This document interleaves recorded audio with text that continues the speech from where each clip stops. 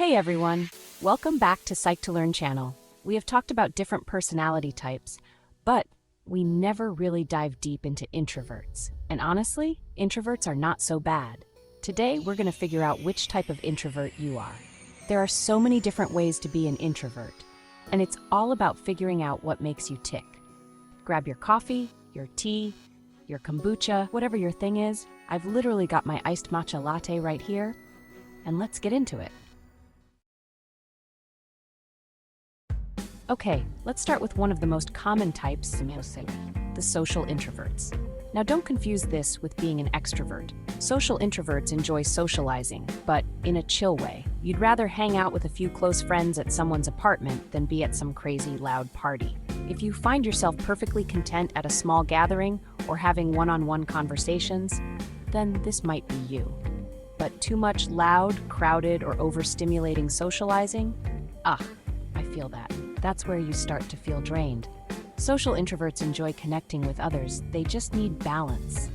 They just know their limits, which is honestly very mature. After a social event, you'll probably want some downtime to recharge.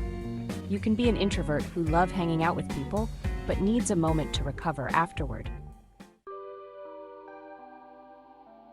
Next, we have the thinker introverts. This type is all about deep thinking, reflecting, and analyzing. If you're someone who loves to get lost in thought, overthinking things, come on, we all do it, and finding meaning in everything, you're probably a thinking introvert. Thinking introverts are the ones who can spend hours, maybe even days, just pondering life's big questions. Seriously, they're the philosophers of the group. While everyone else is out there being all social and stuff, the thinking introvert is perfectly content in their own little world, lost in their thoughts.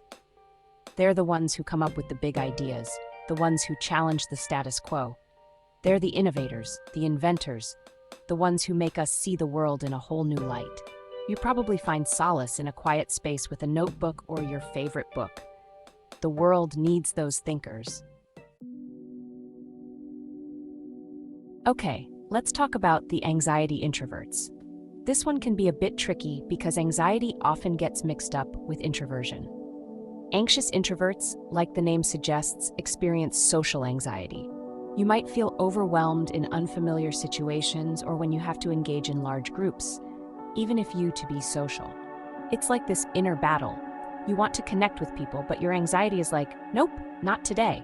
While most introverts need their alone time, the anxious introvert is often preoccupied with thoughts about how they're perceived by others. It's like that constant worry. Do they like me? Are they judging me? It can be exhausting. Social events, especially those involving new people, can trigger a lot of anxiety. So you might avoid them altogether, or only go if it's absolutely necessary. If you identify as an anxious introvert, you might find relief in having smaller, more controlled social interactions, maybe with close friends or family. It's about managing that anxiety while still connecting with others in a way that feels safe and comfortable. And listen, if you're struggling with social anxiety, please know that you're not alone. Then we have the creative introverts. If you find your energy in artistic or creative pursuits, this could be your type.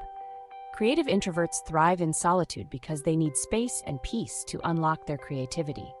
Whether you're a painter, writer, musician, or even someone who enjoys DIY projects, your introversion is often tied to your need for uninterrupted time to create. Like, you literally get lost in your own world when you're working on something you're passionate about. For the creative introvert, alone time isn't just for recharging, it's essential for the creative process. You find your flow when you can focus entirely on your craft without distractions.